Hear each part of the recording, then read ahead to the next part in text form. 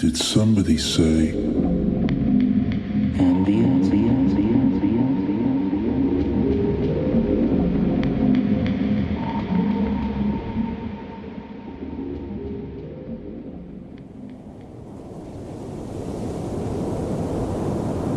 Hi friends, and welcome to episode 15 of Did Somebody Say Ambient? This is the first episode of 2025, and as always I'll be bringing you the best in under the radar ambient and artist insight. To start the show, it'd be remiss of me not to pay tribute to David Lynch, the late great visionary who we lost on the 15th of January of this year. To begin, you're going to hear from Phillip Jefferies, who's the conductor of the Blue Rose Orchestra.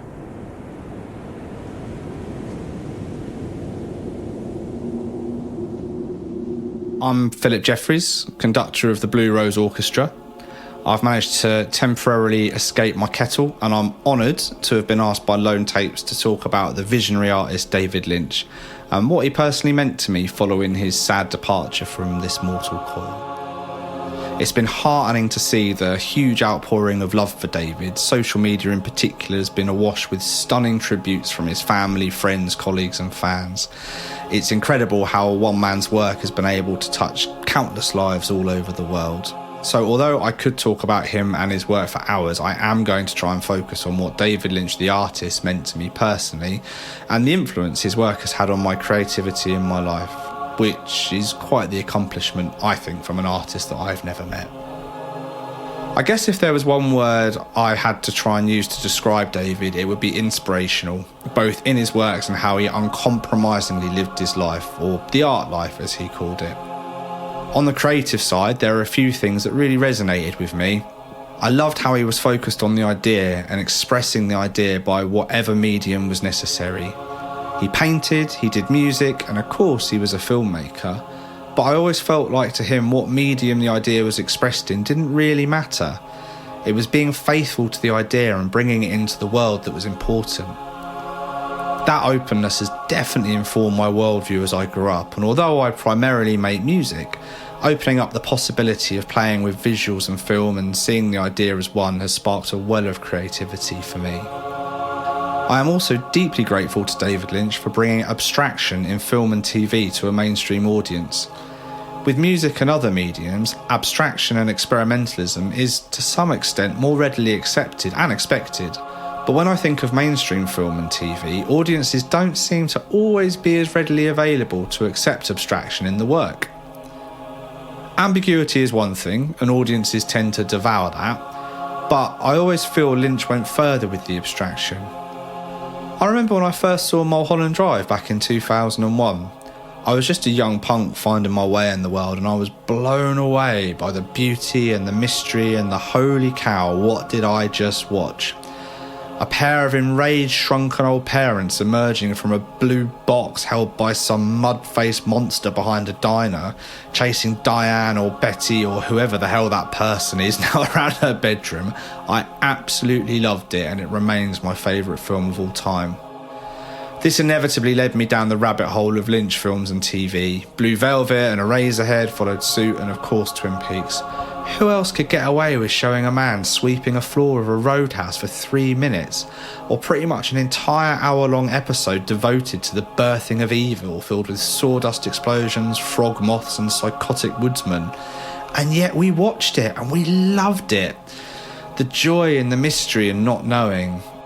It is the bravery and singularity of his vision that I think chimes most deeply within me, and something I try to remember whenever I have doubt in my own work. David was, of course, also famously known for his devotion to transcendental meditation and his views on consciousness. I won't dive too deep here on this massive topic, but if you are interested and you haven't already, I would urge you to seek out some of the many YouTube videos of David talking about his practice. It really is a fascinating way of looking at the world, and in his own words, if you think it's baloney, fine. Although I haven't tried transcendental meditation, I have been meditating on and off for about 10 years now, and have definitely felt the benefit of a consistent and deeper practice. Would I have started a practice without knowing Lynch's take on it? Maybe, maybe not. I'm not sure I could say directly that because David Lynch meditated I started a practice, but I do think the enthusiasm he shows for TM definitely influenced me in sustaining a practice, and I'm grateful for that. For me personally, if you want to get a bit deep, I'd say that David Lynch is actually a bit like William Blake, a sage that dwells in that other realm, the eternal, nudged on by the others, urged to translate and make a creation of time to share with us mortals. That would be my spin on it, or you could just say he was a great artist, up to you. As well as the conceptual, I always felt like there was an irresistible humanity with David Lynch. Although I never met him, you can see from the way he is talked about by his cast and people he worked with just how highly he was regarded as a human being, not just as a director. There is an authentic fondness for him that comes across in their words, a warmth that is pretty difficult to fake, I think, and putting that feeling into the world is a wonderful thing. David Lynch really did have a way of sparking curiosity and exploration. My brother-in-law and his family lived over in Seattle, and he was sadly very ill with cancer. We went over to visit, and the town of Twin Peaks was only a 40-minute drive away. Luckily, they indulged my childlike enthusiasm. They took me on a tour. We went to Snoqualmie Falls, the famous road where the Twin Peaks sign was, and to North Bend, where we sat in the Double R Diner and had coffee and cherry pie. As Cooper says, it really is a spectacularly beautiful part of the world, full of Douglas fir pines and amazing nature. Sadly, my brother-in-law passed not long after that visit, but the day out exploring the real-life world of Twin Peaks with him and the family will stay with me forever, really. We had a really happy day. It's not just the big stuff either that's influenced me. I remember an interview where he talked about eating the same thing for lunch every day so he didn't have to think about it and could free his mind to go places. It was tuna, tomato, feta cheese and a little bit of olive oil. Now, although I'm not quite as dedicated as having the same thing every day, I do regularly eat this combo for what is affectionately known as the Lynch lunch in my household. On the day David Lynch died, his family put out a beautiful statement, including one of David's favourite sayings, "Keep your eye on the donut and not on the hole," which I think is a marvellous way of looking at the world. This inspired me to create the Blue Rose Orchestra and make a track, a respectful audio collage of different versions of Laura Palmer's theme combined with David's words of wisdom. Lone Tapes wanted to open the show with it today, but it's a bit copyrighty. If you wanted to seek it out, just search up the Blue Rose Orchestra. The track is called Keep Your Eye on the Donut and Not the Hole, and it's on SoundCloud and YouTube, and there's also a Blue Rose Orchestra Instagram page too. Anyway, that's enough from me. Thanks ever so much for listening. It's a genuine honour to be able to share my thoughts and feelings on the big man. Here's to David Lynch in eternal gratitude. Regards, Phillip Jefferies. It's time to go dreamy. Thank you to Phillip Jefferies, who you just heard there, paying tribute to David Lynch. Also be sure to check out his work, the Blue Rose Orchestra, with a track called Keep Your Eye on the Donut, Not the Hole, which is available over on SoundCloud.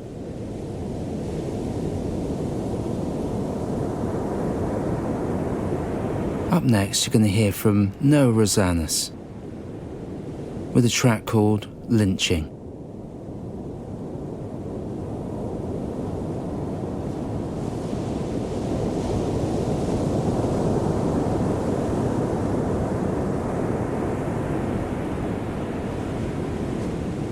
So my name is Noah Rosanes, and I'm a Danish-American producer and guitarist. I'm working on a lot of ambient music lately, and just the day before David Lynch passed away, I had been listening to the theme of Laura Palmer, and it's one of my favorite soundtracks of all time, and I remember it from when I was a kid, the magical mystery of the theme and the whole series. So I'd just been listening to this song, and I was in France in a house that I had gotten for a week just to write and produce music. And then I heard he had passed away, and then I went into my little studio and I started playing around with some pedals and just trying to find a vibe. And then suddenly I found this loop, deep loop of my guitar just going like boom, boom, boom, boom. And I was like, this is the Twin Peaks vibe. So I just let that go, and then I started playing some chords, minor chords, setting the mood. And then I just remembered this video of Angelo that wrote the theme, where he's speaking about how he wrote the music with David Lynch by his side, and how David Lynch was showing him and telling him what he was seeing inside and how he transformed that into music. And I was thinking of that video clip, and I just remembered the way that the chords went from the minor to the major. So I thought, let's do that. So I just sort of transitioned into a major chord, and that gave me that opening David Lynch Twin Peaks vibe I was looking for. So then I fairly quickly recorded it, and then right afterwards I went out in the garden outside, and I recorded a version where I'm playing it that I posted to my Instagram, and to a tribute to David Lynch. And that's the song you're able to hear right now in a little longer version. I hope you enjoy it. Thank you.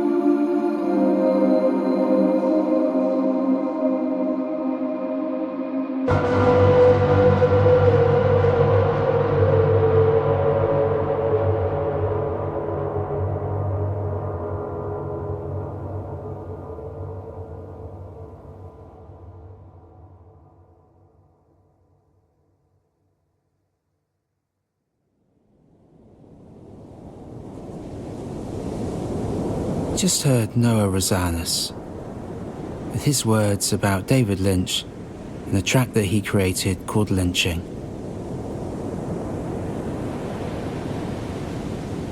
You can find Noah Rosanes across the socials, and on Instagram you can look up the handle Noah Rosanes Reflections.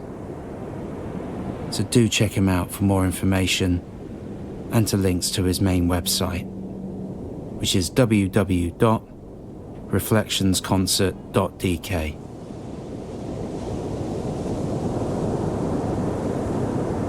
I'm sure everyone who was a fan of David Lynch will be remembering him in their own special way. For me, I'm digging out my old copy of Eraserhead on VHS tape and also re-watching Twin Peaks from the start. It's going to be some journey. Rest in peace, David.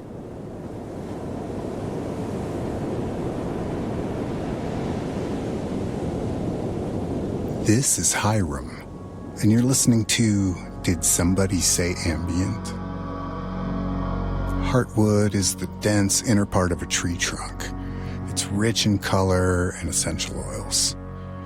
The track was created at Natural Sound Studio, and it's an intimate improvisation for voice and Moog Sub 25 synthesizer with an old dusty Yamaha electric piano and stereo signal processing.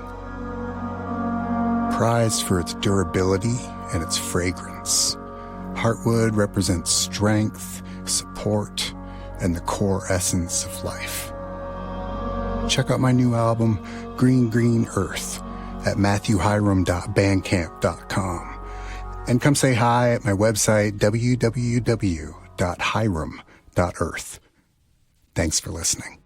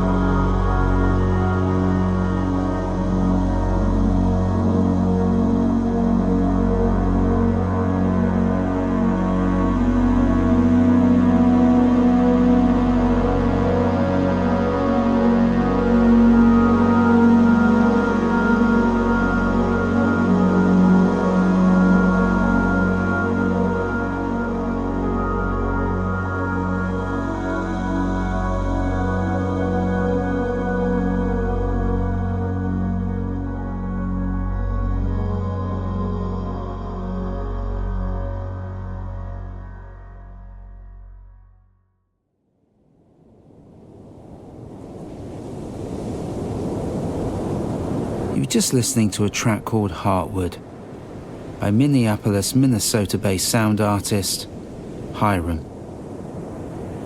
It's from an album called Green Green Earth, which is available over on Bandcamp. Please also check out further works by Matthew, and in particular at Gold Beach by Earth Speaks, which is one long field recording that was captured at Gold Beach, Oregon.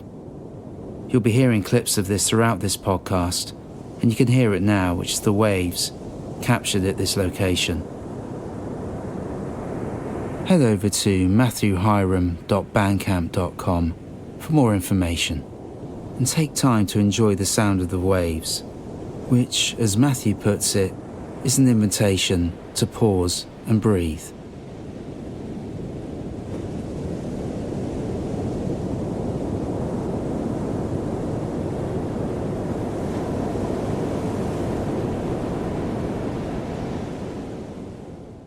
Hi, my name is Paco Maddalena and I am a filmmaker and composer. I create tracks for films, documentaries, commercial, readings and theater performances. The track I've chosen is titled Soave and is a part of my latest release, Oltre, the first in a series of 3 cassette tapes, each featuring 5-minute recordings per side, totally 10 minutes of sound, an auditory journey into the purest and most experimental ambient music. The 2 tracks that make up the release, Soave A-side and Pareri Discordi B-side, were entirely created using an Eurorack modular system. Every sound results from a fluid and instinctive compositional process recorded live in a single session with no overdubs or subsequent edits. This technical choice highlights the importance of immediacy and sincerely the creative process. Each sonic detail was shaped in real time, making the album a unique testament to an unrepeatable creative moment. The album also represents a reflection on time and a perception through minimalist and layered sound structures. Here I explore the concept of immediacy itself. Each track is a unique, unrepeatable performance, a fragment of moments flowing organically into another. The modular sounds transition between drones, ethereal textures and subtle pulses, evoking an inner landscape that invites deep listening. Soave, the track I'm presenting, carries dedicated and suspended atmospheres, where sonic textures intertwine with luminous drones. It's a contemplative journey that invites the listener to let themselves be carried away by a shooting and meditative sonic flow. You can find it on my Bandcamp page. Enjoy listening!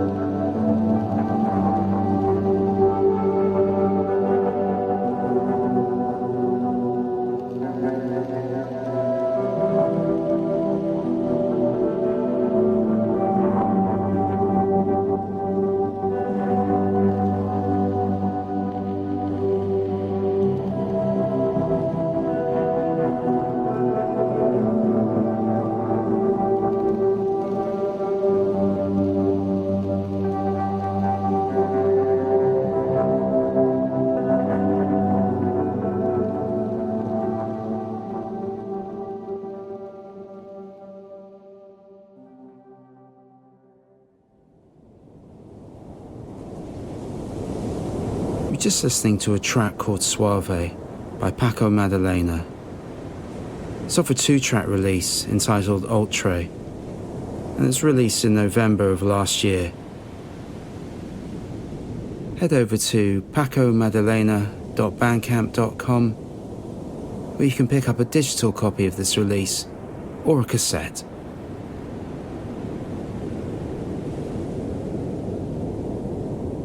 Did somebody say ambient?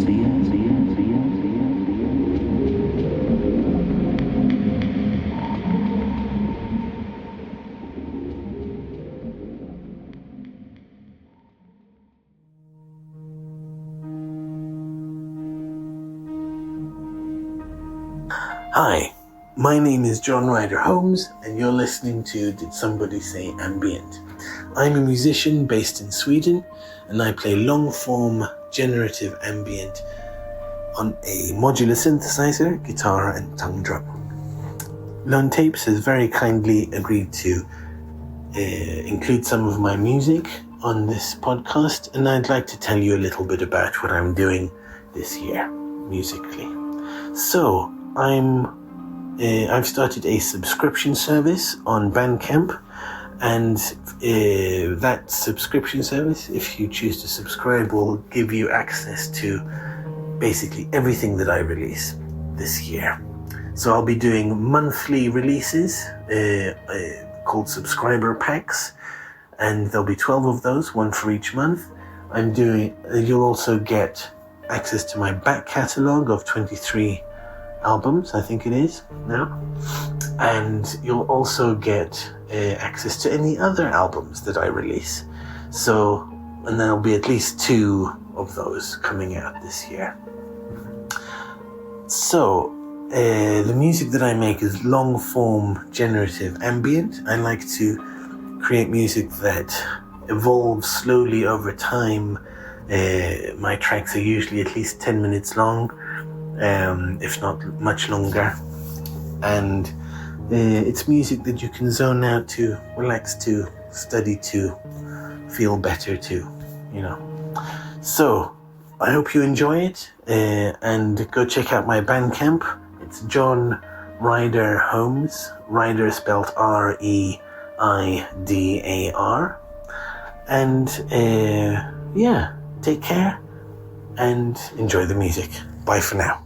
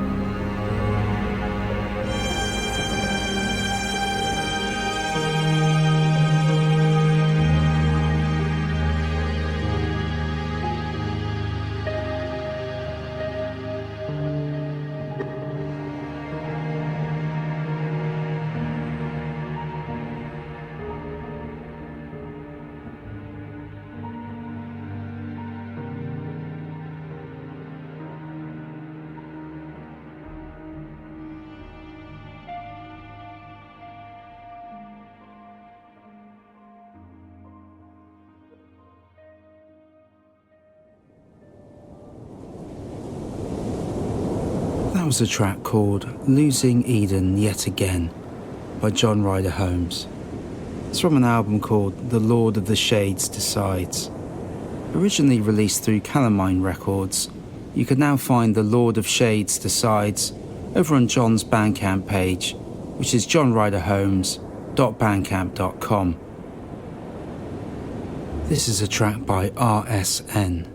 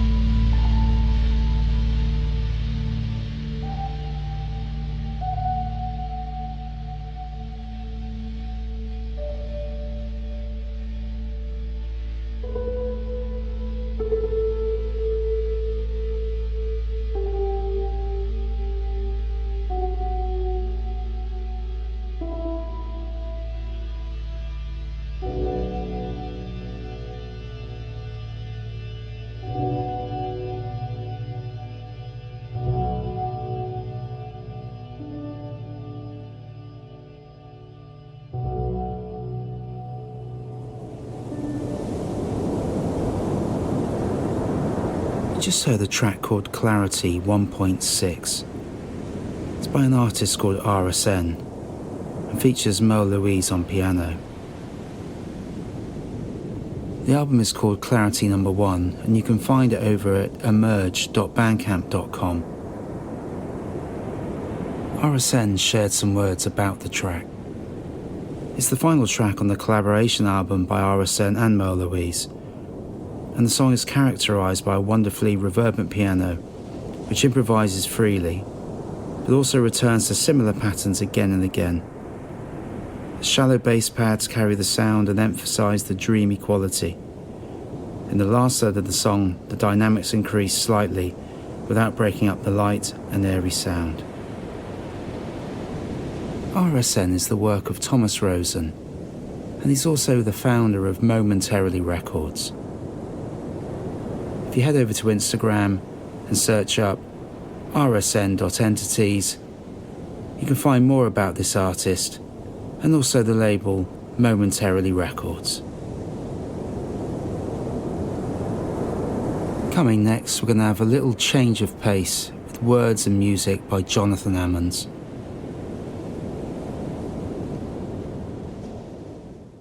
You're listening to Did Somebody Say Ambient? I'm Jonathan Ammons, and this next song you're going to hear is one that I just released called Someone Else's Choice.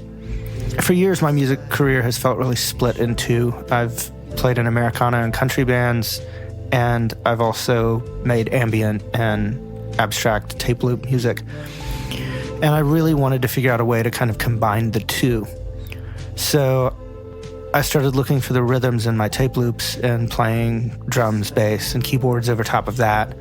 And I really liked the sounds I was getting, but it really made me have to change the way I sang, so I had to sing almost at a whisper. The record that came out of these experiments is called Hymns of the Anthropocene. It's going to come out in the next couple months, but it was the first song that really came out of those recording projects. The record was made using a 4-track tape recorder with a 5-second tape loop, and I would record different sounds on top of that just to create a bed of noise that I could fade in and out with different channels to kind of simulate a verse and chorus section. I laid some drums down and then recorded the tape over that, and then found piano that kind of fit in with the drone. And the lyrics kind of came right after that. The melody hit pretty easily. And I kind of knew what the song was about immediately. It's kind of a ambient noise pop sound, I guess you could call it. It's really set the mood for the whole record, and I think it's going to be the opening track of the album. So I thought it was kind of fitting to release it ahead of the record, as we're trying to launch an Indiegogo campaign to get some funding for it. I was hoping to release this album in October of last year, but a hurricane destroyed my hometown of Asheville, North Carolina. You don't normally expect a mountain town to get smashed with a hurricane, but it wrecked the entire city. You know, we're still kind of at a standstill. So I'm kind of having to treat music like my job now. So if you like what you're hearing, please come and support me. You can find my music on Bandcamp or follow me on Instagram at Little Endless Loops. Thanks again to Steve for having me on. I really love this show and all it's become for the ambient music community.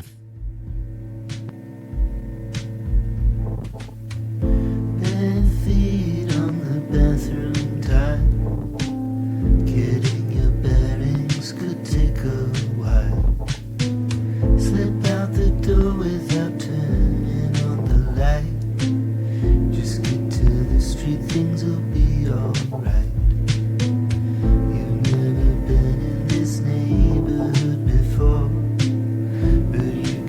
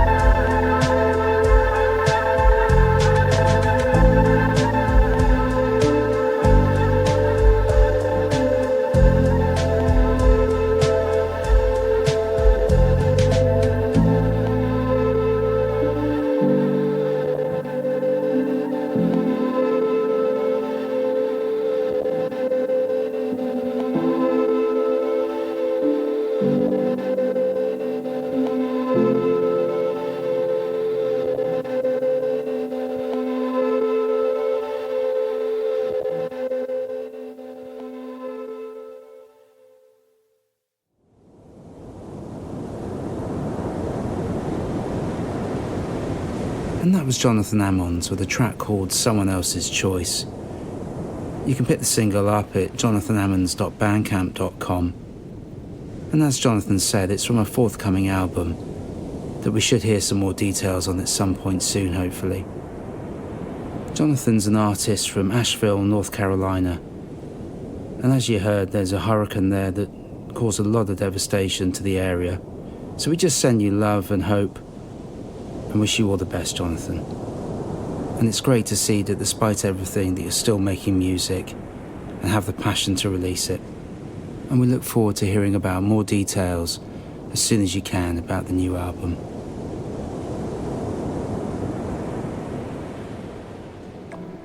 Hello, this is Schoeffler. Thanks for having me again. The track for this show is called Old Nanny Cumulus. Here you can hear old analog equipment in combination with acoustic guitars in overdub. In the 80s, I didn't own a sequencer, so I created a trigger signal with a drum loop by the signal processor of the Korg MS-20, which was very unstable. Because of the timing and the melancholic melodies, the track gets a warm and honest naive character. Have fun listening. Bye.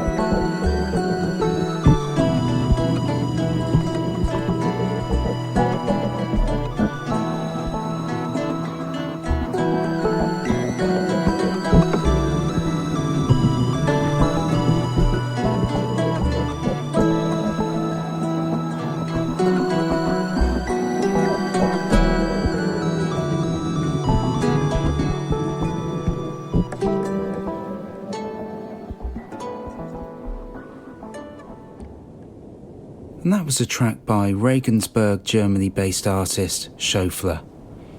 It was a track called Old Nanny Cumulus, and it's from his latest album entitled Prototyping Part 3, which you can find over on Bandcamp. Head over to schoeffler.bandcamp.com, where you can buy a copy of the digital album.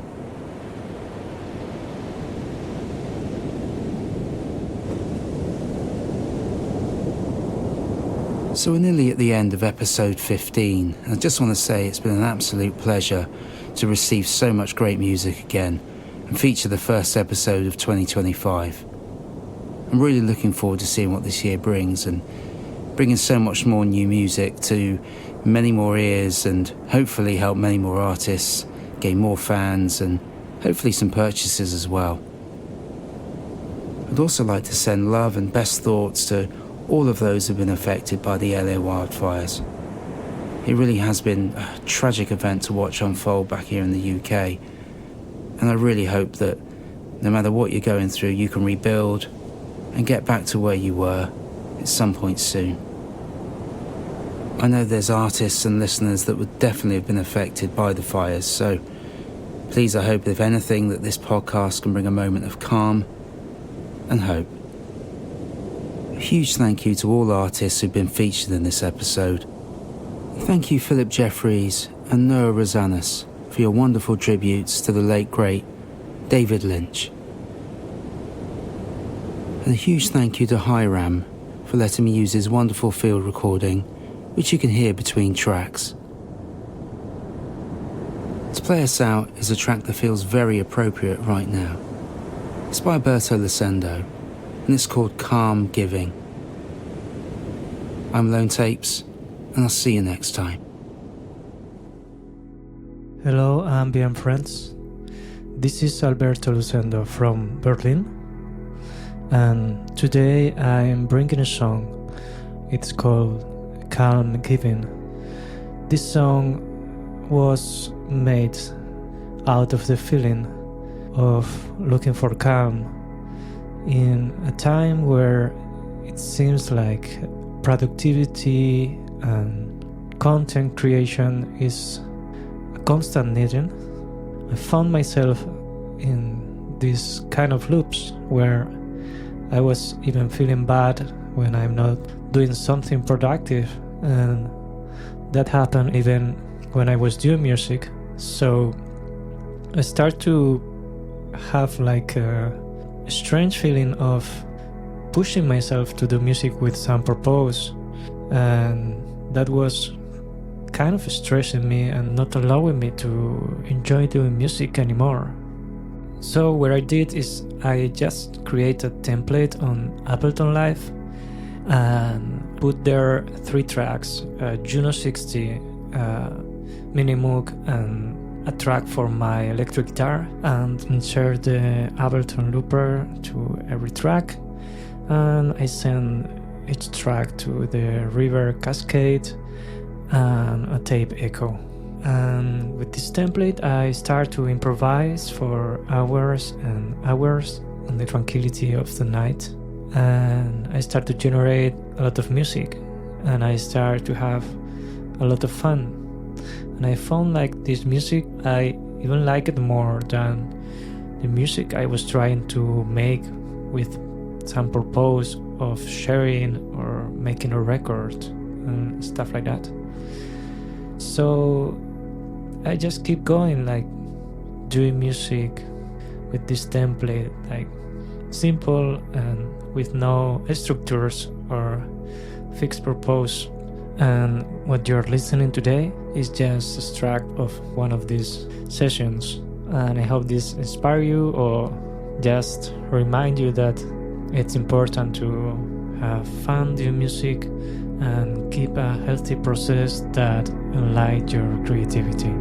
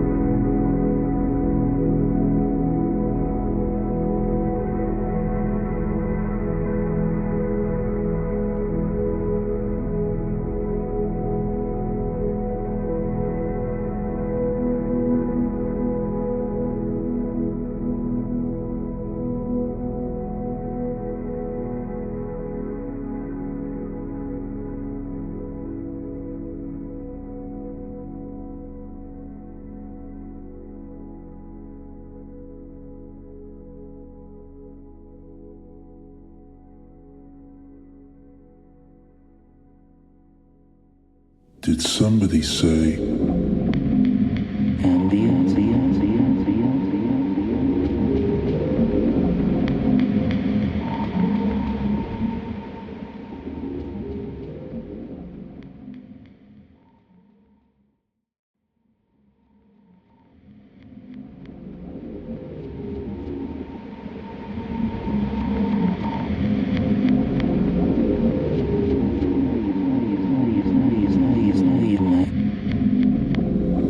Yes, see the mustard.